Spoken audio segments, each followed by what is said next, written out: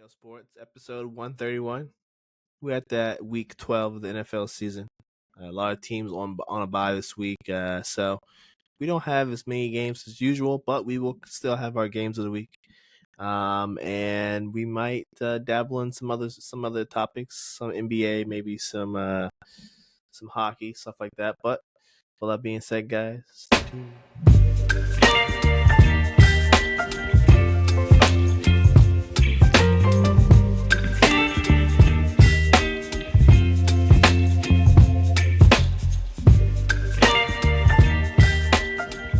Everyone, we're back. We're gonna kick off this week 12 of the NFL season. I think we got about 6 more weeks left. I think we go to week 18 this year. Um, so like I said, a lot of teams on bye this week. But we still got some great games on the schedule for this week. Not so much 1 o'clock games. I took a quick look beforehand. Doesn't look like the 1 o'clock games are gonna be the best, but hey, we might still have some tidbits to say about them. But I guess you want to start with Thursday night, Lawrence. Even though it's a division game, but Browns are kind of out of it. Pittsburgh commanding seat in AFC, not only AFC North but in AFC. How you feel about this one?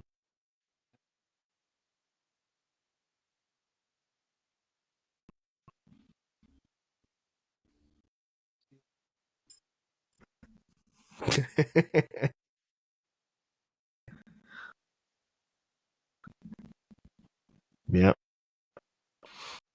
Especially as bad as they lost to the Saints. I mean, good lord.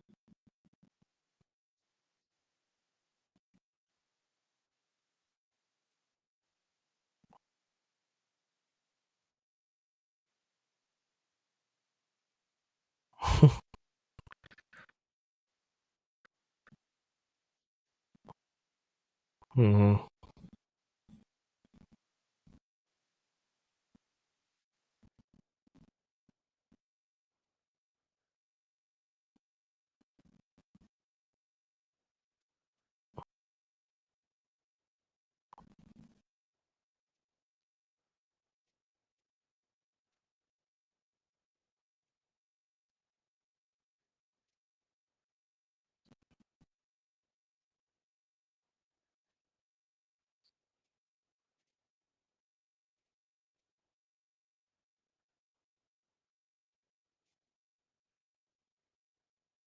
hmm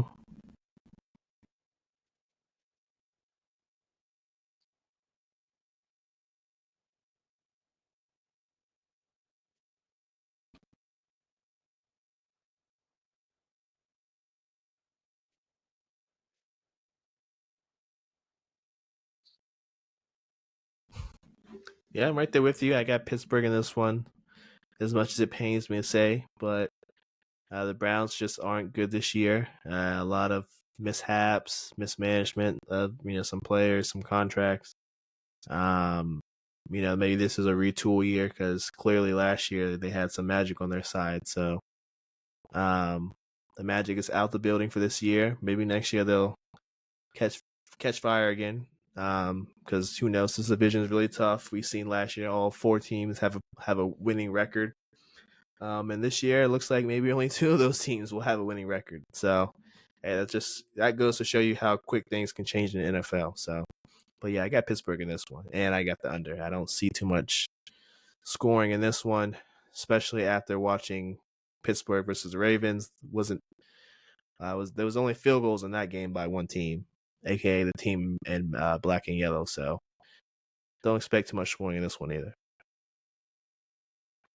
Uh, that being said, we're back to Monday.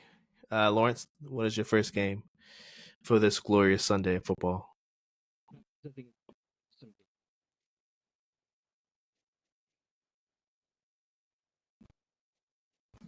Okay.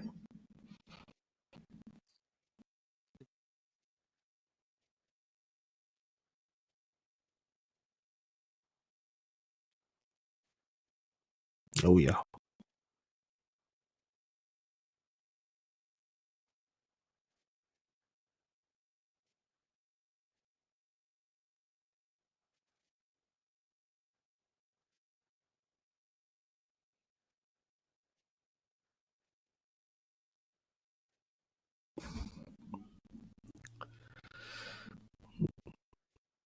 maybe QB4. Might be QB4. Might not even suit up.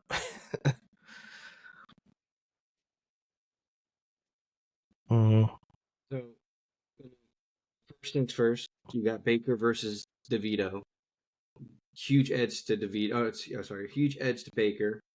Um, we watch Carolina consistently turn third downs against this team, and Tampa Bay, even with all their injuries, is ranked second in the league on third down offense. Um, Bodes well. We're gonna see the comeback of Mike Evans probably. It's not guaranteed, but he's very likely to play based on reports. So we have to look forward to. And kind of the one weakness of the Tampa Bay Buccaneers is their secondary, which is also something we're not going to have to worry about with DeVito as quarterback. So. Yeah. My only thoughts is take that 6 and run with it. DeVito, I mean, we've seen him last year. A lot of people, got hype about him. I didn't see any hype about him.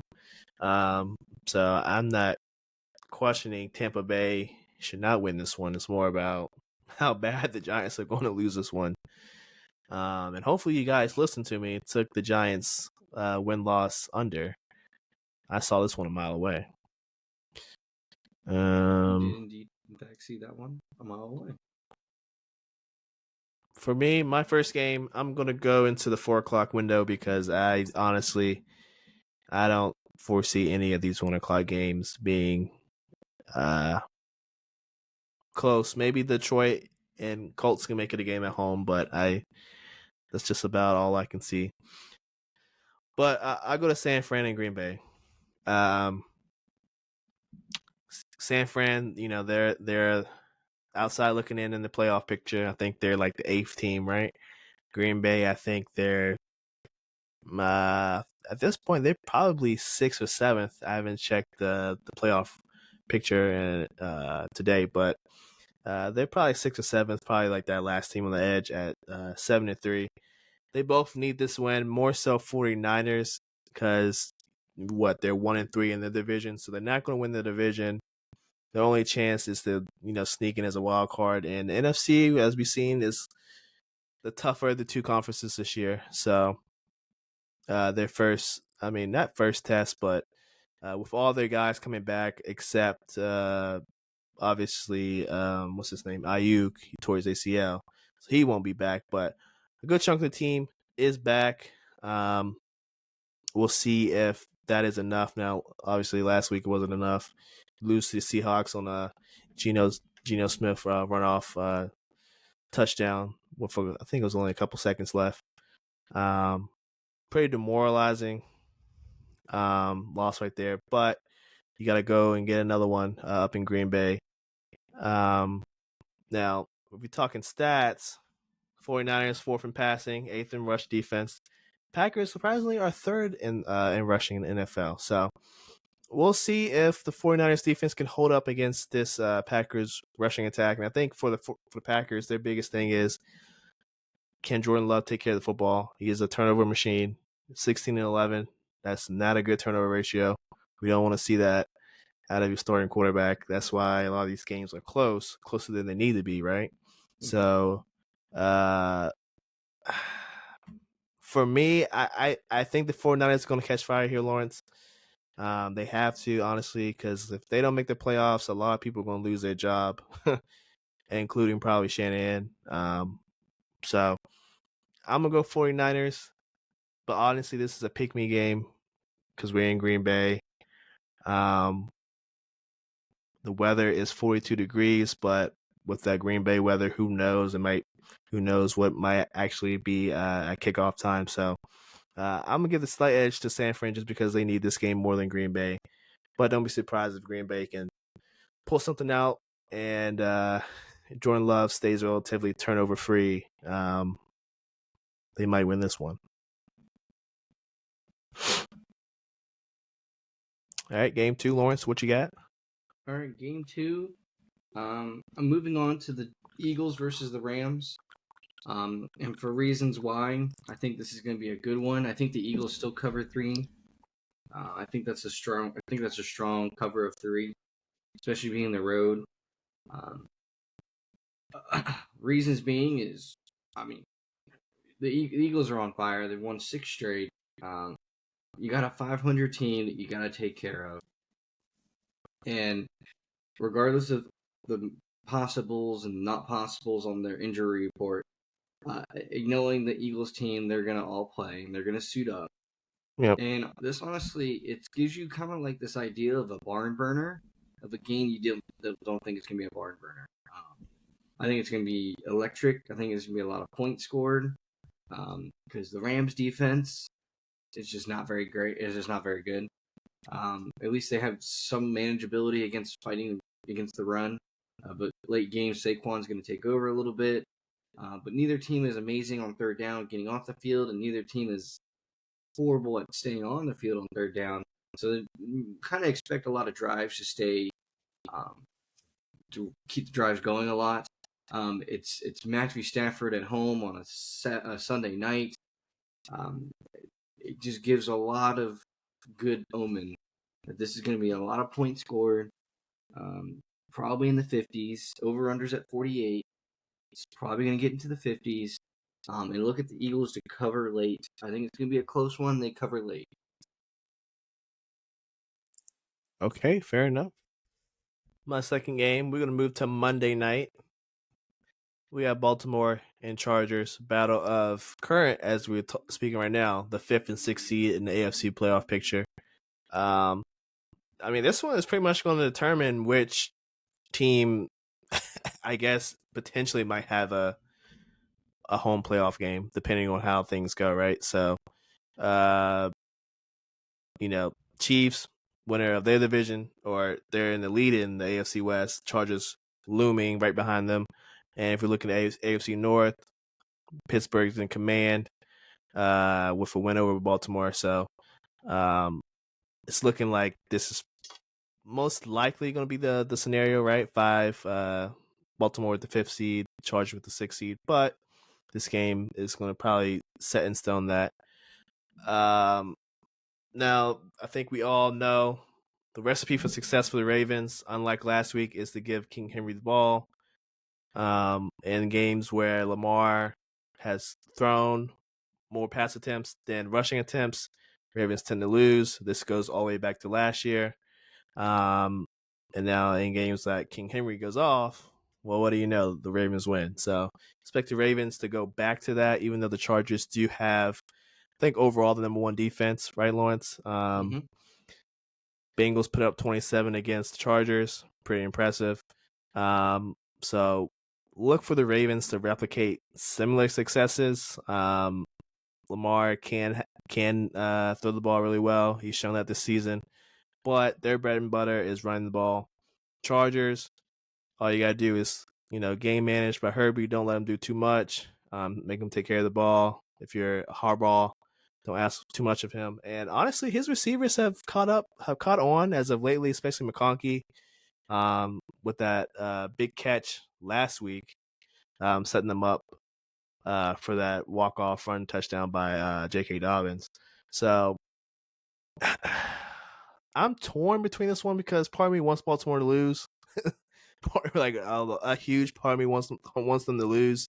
But I don't see them losing back-to-back games, Lawrence. So I think this is more of hey, Baltimore knows how it needs to play, and just some games they refuse to do it. Just because they want Lamar to win their second back-to-back MVP, or I guess third MVP overall, but back-to-back. So yeah, I don't see the Ravens losing another back-to-back game. So I'm gonna go Ravens in this one.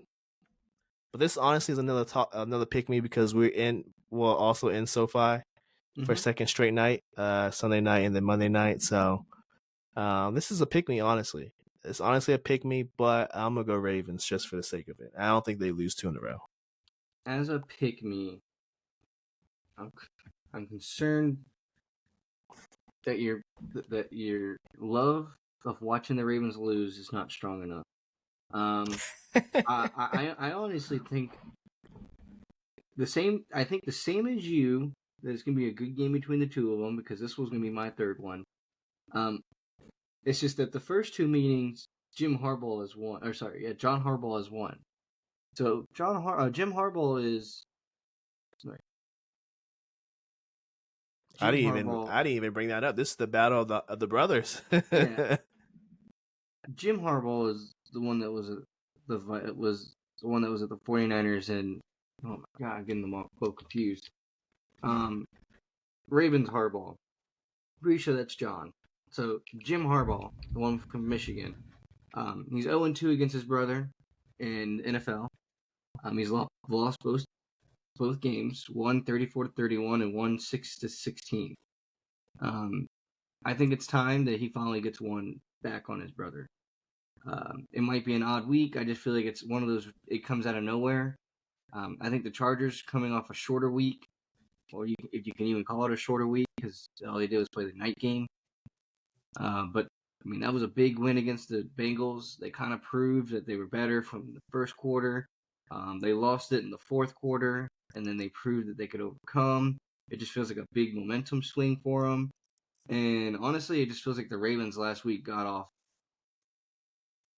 I mean, I want to say a little easier than they should have. I mean, let's face it, they lost to a team that could only kick field goals, and they were still somehow in the game. I mean, you got lucky the fact that the Steelers just couldn't stop tumbling over their own feet and put you away. You should have gotten killed. Now, if they had gotten killed, I would be a little bit more weary on the Chargers.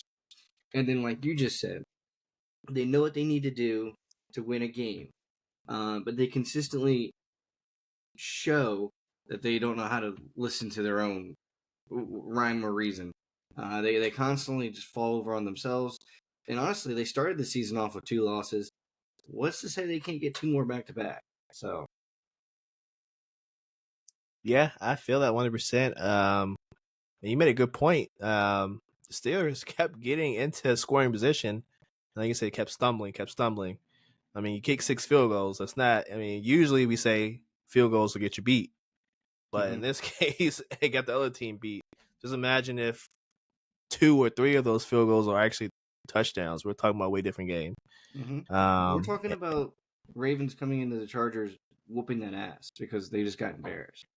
The benefit that they have is they didn't get embarrassed. However, I'm embarrassed for them. And I just don't feel like they're going to have that same energy to this game. Yeah. I think you're onto something here. Look, they know their success. They know the successful game plan. They just got to execute it, and like I said, they tend to shy away from that. And the reasons are pretty obvious. They want Lamar to win back to back, but I think winning games is more important than winning awards. So I'll leave that there. So that was your third game, Lawrence. Do you have another game? 'Cause I mean, honestly, I think the only other game I'm excited about is another 4 o'clock game, Arizona Seattle, just because it's another NFC West matchup. These games are always, I mean, they play each other so well. Coming off, I mean, the Cardinals have a bye week last week. Kyler was at the fight Saturday night. There's a trending video online where Kyler's eating pizza in New York with some random guy, and the guy doesn't even know he's eating pizza with Kyler Murray.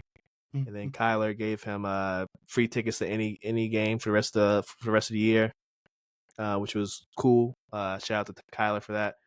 But also, I feel like the Seahawks are walking into this game with a little bit of swag. Like, hey, we just beat the 49ers off a walk-off Geno touchdown, and he made it look like it was nothing.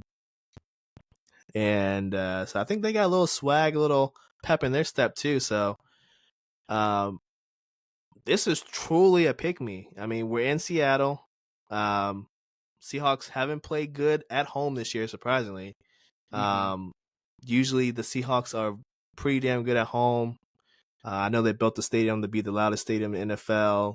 The 12th man usually gives them an edge, but this year it has not. And then the Cardinals are the surprise of the year, honestly. And you called it. You called 2 surprises of the year, the Cardinals and the Commanders. So kudos to you. But truly, as the bettors are saying it's a pick me, honestly, this is a pick me for me as well. I don't know how your thoughts about this one. So my thoughts on this one are purely the Cardinals are due for a loss. And honestly, they've beaten the teams they're supposed to beat to this point in the season. I Mm-hmm. still don't think any differently about them. Because even when I say this, I think they're going to lose to Seattle. But I don't think it's going to be any of those like, oh man, we got to start panicking kind of losses. I think it's just going to be a team came. We're going to we're going to their stadium. They're a little hot. They just beat the defending champion of their division. Yep. They got a walk off on it. They're normally good at home. They haven't proven it this year. And honestly, they got a Giants game to redeem. Getting beat at home to the Giants, they got to give their fans something. Because now looking at where the Giants are, and honestly, Seattle's backs against the wall because they kind of slow down and lose a few more, especially on a kind of pick me game this is. That's your season right there because you got teams like the Buccaneers who are on the outside looking in, but they have a super easy schedule. They get to play Carolina twice, so you got to understand that uh, there is no more. Oh man, we can let one slide to this point in the season. Like there is no more sliding around. It is eat or be eaten. And I think Seattle will take advantage of this one just a little bit. I think it's probably going to be like 23-23 going into a certain point, and it's whoever gets the ball last. I think the Cardinals can win on one hand. I think the Seahawks can win on the other hand. True pick 'em, but statistically and brain wise, I would take the Seattle Seahawks. My gut tells me to take the Cardinals because you got to keep riding what's hot, and you got to keep riding what got you there. So, Cardinals have gotten me to this point. Fair enough. Fair enough. I have the same reasoning. Everything is numbers wise is pointing to Seattle, and because they're at home. But my gut is telling me Cardinals will pull this one out. But we will have to wait till Sunday at 4:25 to actually see the results of this one, or at least the start of the results of this one. Um, yeah, I think that's our games of the week. Everyone, like I said, a lot of teams on bye this week, as you can see: Falcons, Bills, Cincinnati, New Orleans, the Jets, and Jacksonville. A lot of teams actually need this bye. They need to reset. New York, they just need to blow that thing up. They fire their GM, fire their coach. What's going on in this is a little segue, Lawrence. What is going on in with the Jets? I mean, this is just catastrophic. Aaron Rodgers was really setting this franchise back years. Really setting them back years. It's not even just him; it's also the owner. If you paid attention, I mean, it was also he was the one who decided to go rogue and blow things up. So maybe he's just doing a bunch of drugs with Aaron Rodgers. I couldn't quite answer that one. To the, I mean, I can only guesstimate what is going on between those two and behind the scenes. But whatever they got going, they know what they want, and it doesn't seem like they're going to steer the boat any other way. And honestly, maybe they just want. Maybe Aaron Rodgers had some kind of deep-rooted hatred towards the Jets, and this is his little comeback tour to destroy them once and for all from the inside. But it appears that could be a factor. Yeah, maybe you're right. Maybe he has some vendetta against them that we don't know about. But I mean, getting rid of your GM after your GM has drafted many a good talents, so you can't say he hasn't brought talent to the organization. So clearly, this is maybe it's not even an Aaron Rodgers thing. Maybe, like you said, this is just a Woody Johnson thing, and he's just screwing this up because he's about to get appointed to some political position, but so he doesn't really care about his team anymore, which is kind of odd. But who knows? Who knows? One NBA thing I want to talk about: the Cavs finally lost. They lost to the Celtics last night. In an odd one because Donovan Mitchell and Garland shot terrible, but they still only lost by 3. I mean, look at Donovan Mitchell, 13 to 29. That's not good. Darius Garland, 3 of 21. Like, I don't know if the pressure got to them, like, hey, we gotta keep this streak up, or did the Celtics really step up to the table and just whoop their ass for most of the game? Because they were down by almost 20 at one point. Then the Cavs fought back. Um, I don't know if you caught this one, Lawrence, but this was a weird one. This was one that Cavs, if they just shoot better, they win. Yeah, I didn't watch it, but the small bit that I have watched in the NBA, Cavs just look awesome. It just feels like the team it has a fundamental value that they're trying to uphold when they go into games, and they stick true to who they are. They kind of play big. Um, you're gonna have these nights though where it's unfortunate, where not everything went in the basket and um, couldn't make the scores that you normally do. And honestly, I don't take too much back from it, and I don't think they should either. You took with your best players playing bad, you took the defending champs to 3 points. Yeah, that's a if there's any wins and losing, I guess that's a good point to point out right there. Um, but yeah, the Cavs look pretty good, and honestly, out of all the teams in the East, I feel like the Cavs match up the best with the Celtics. Just from what we've seen so far, I mean, they got two bigs. They got two guards that can play well. They can play off. Finally, looks like they can play off each other, and they got 3-point shooting.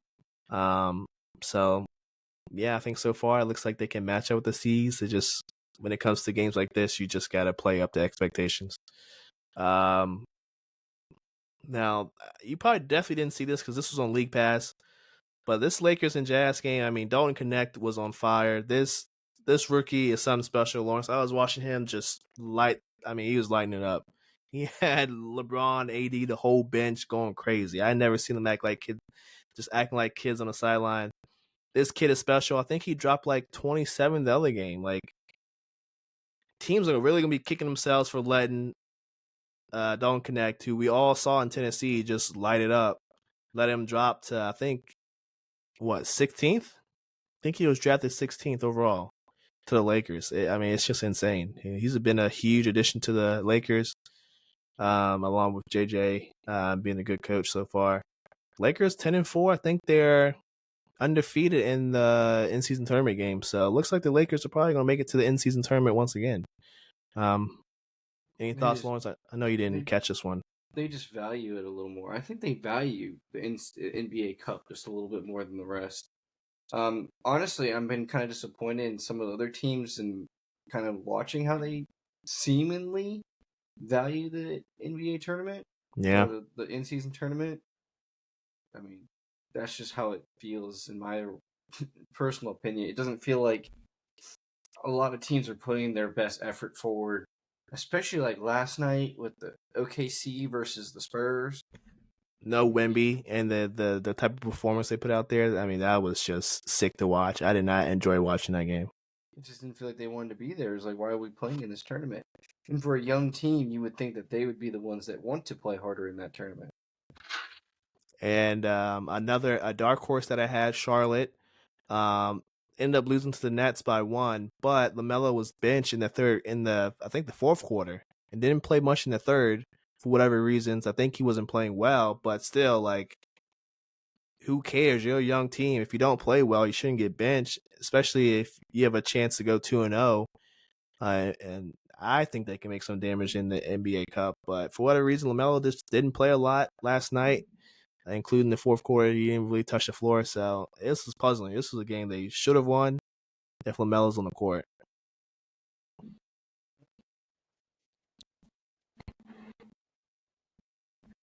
Down the field, fumbled the ball, got stolen on, and then immediately got a foul. I didn't even think it was that bad of a sequence of events that got him benched. I mean, Yep. yeah, okay, he got the ball stolen on him. Oh, he's a point guard. It's gonna happen every once in a while. Was it an inopportune time? Yeah, it's an inopportune time. When is it ever opportune time to get stolen on? Go figure. And then he immediately fouls. Well, yeah, because the rest of the team wasn't completely in transition. Like the rest of the team is literally getting up the court. They're gonna immediately have to go back down the court. They're almost all gonna be backpedaling because they don't have time to turn around. And there's already Yep. two guys in a fast break motion. You might as well just foul and just call it a day and say, "Damn, okay, just take your 2 free throws." Because Yeah, otherwise, you're gonna have the arena going crazy because they put some nuts to some faces on a fast break. So you take your poison. You want some nuts on the face, or do you want to do your homie a solid and just take the foul? Yeah, you added a foul to your um, vlog for the game, but it's better than it's better than watching. Sorry, who would have been the starter? It's better than watching Grant Williams have some nuts in his face. Okay, he might have fought somebody out. yeah. So puzzling. NBA is very puzzling, especially early on. I mean, the Sixers 2-11. Who would have thought? Who would have thought the Sixers would be 2-11? And they don't have. I mean, they're the same record as the Wizards, and they have no. Y'all, they have no inclination to change this back-to-back policy with Paul George and Embiid. I mean, and this will be probably the last thing, Lawrence. Do they really think they can climb out of a 2-11 hole? Like, let's be honest. You lost to Miami the other night. You're up by 18 and you lost that game. Miami's not even that good, and I'm the biggest Heat fan on the East Coast. Like, come on. Like, I think they let's still. be honest. I think they still can. I mean, the East is bad, but you're going to be looking at a play-in scenario with a team that has the talent to be a top 3. Yes, you're all right, but I feel like play-in is still fine. It's obviously already been proven that you can win through the play-in. The Heat did it, Yeah. so it's Lakers proven, did it to a degree. It's proven you can do it. I don't think their fear yet is is on that. I think their fear is mostly do we have to play to get paid? Do we have to pay to get played? Do we have to play to get paid? That's a good question. So far, the answer is no. You do not have to play games to get paid max money, or seemingly that's what it looks like. But yeah, we'll check in on the NBA next week and see how things are going. I think the NBA Cup knockout games are next week or maybe the week after, so they're coming up soon. So I think they only have a couple more cup games to play. So we'll check back in a week or so. Other than that, Lawrence, I have nothing else to go over. Do you? No, I do not. I'm good to go, sir. Sounds good to me. All right, y'all. We're gonna head on out after all that. Hope you guys enjoyed. Hope you guys keep watching on YouTube. Thank you for listening on Spotify. All that good stuff. And we will see you next week. Peace.